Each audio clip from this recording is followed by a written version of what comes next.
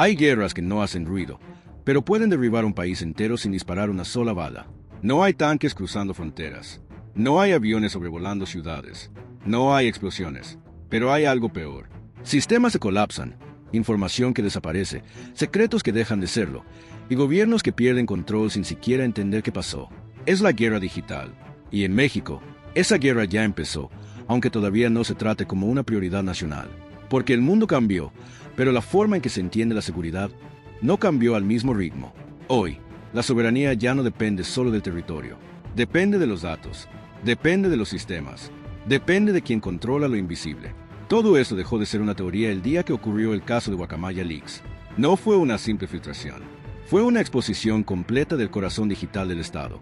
Millones de correos, documentos internos, reportes de inteligencia, todo extraído de servidores militares. No de una institución menor, no de una dependencia secundaria, de una de las estructuras más sensibles del país. Y aquí está el punto clave. El problema no fue solo lo que se filtró. El problema fue cómo se filtró, porque demostró que alguien pudo entrar, navegar, extraer y salir sin ser detenido a tiempo. Eso no es un accidente, es una vulnerabilidad estructural. Y cuando un país muestra una vulnerabilidad así, el mensaje no se queda dentro, se proyecta hacia afuera.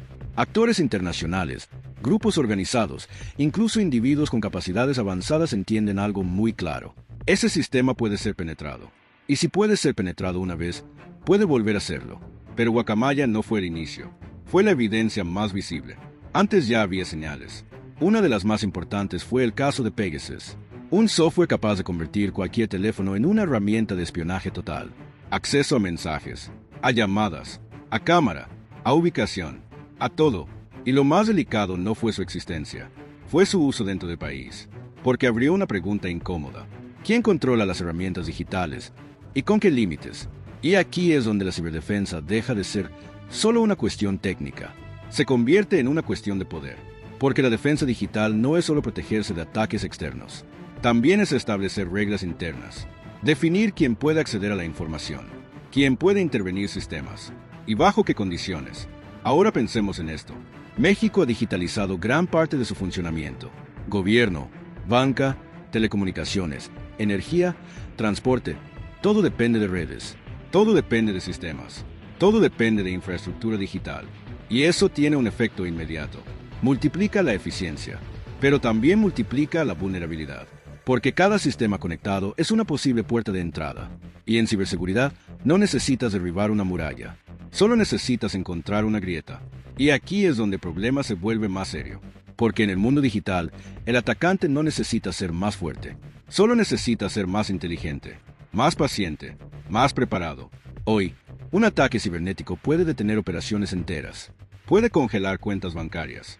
Puede apagar sistemas de distribución. Puede alterar información crítica. Y lo más importante, puede hacerlo sin ser detectado inmediatamente. Y esto no es teoría. Ha pasado en distintos países. Infraestructura energética paralizada. Hospitales bloqueados. Gobiernos sin acceso a sus propios sistemas. Y en todos esos casos, el patrón es el mismo. El ataque no se vio venir. Entonces la pregunta es inevitable. Si algo así pasara en México, ¿qué tan preparado está el país? La respuesta es compleja. México tiene avances, tiene instituciones, tiene ciertos mecanismos de protección, pero no tiene todavía un sistema integral de ciberdefensa a nivel de las amenazas actuales.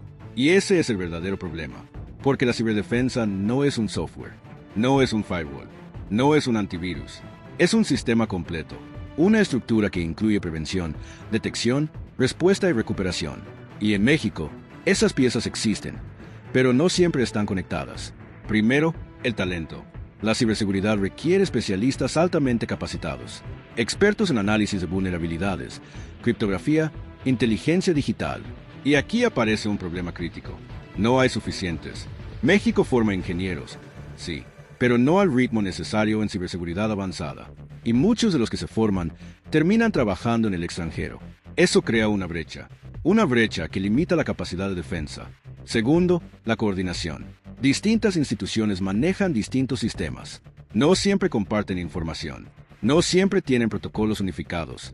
Y en ciberdefensa, eso es un error, porque un solo punto débil compromete todo el sistema. Tercero, la infraestructura. Muchos sistemas siguen operando con tecnología obsoleta, actualizaciones pendientes, protocolos antiguos, y eso facilita el trabajo de cualquier atacante. Cuarto, la dependencia. Gran parte de la tecnología utilizada en México es extranjera. Software, hardware, sistemas de seguridad. Eso implica una limitación, porque la defensa depende de herramientas que no siempre están bajo control nacional. Y aquí es donde aparece el concepto central. Soberanía digital. No significa aislarse del mundo. Significa tener capacidad propia. Capacidad de proteger sistemas sin depender completamente de otros. Porque en un escenario crítico, depender de tecnología externa puede convertirse en una debilidad, no necesariamente por intención, sino por falta de control. Ahora bien, hay otro elemento que cambia todo: la velocidad. En el mundo digital, los ataques evolucionan constantemente. Lo que hoy es seguro, mañana puede no serlo. Y eso obliga a una adaptación continua. Por eso, la ciberdefensa no es un proyecto, es un proceso, un sistema que nunca se termina de construir. Entonces, ¿qué necesita México? Primero, una estrategia nacional clara, no fragmentada, no reactiva, una visión completa del entorno digital. Segundo, inversión real, no simbólica, en infraestructura, en tecnología, en centros de monitoreo. Tercero, formación, crear miles de especialistas en ciberseguridad, desde universidades hasta programas especializados. Cuarto, colaboración con el sector privado, porque gran parte de la infraestructura crítica está fuera del gobierno, y sin coordinación no hay defensa. Quinto, anticipación, porque en ciberseguridad reaccionar tarde es perder. Y aquí es donde todo vuelve al inicio. Guacamaya no fue solo una filtración, fue una advertencia. Pegasus no fue solo un escándalo, fue una señal. México no está fuera de la guerra digital, ya está dentro. La diferencia es que aún no la trata como tal, porque la nueva forma de conflicto no se mide en territorio, se mide en acceso, en control, en información. Y en ese contexto, la pregunta final no es si México será atacado. La pregunta es cuándo y qué tan preparado estará para resistir. Porque en esta nueva guerra no gana el más fuerte, gana el que ve venir el ataque antes de que ocurra. Y la diferencia entre anticipar y reaccionar puede definir el futuro de un país entero.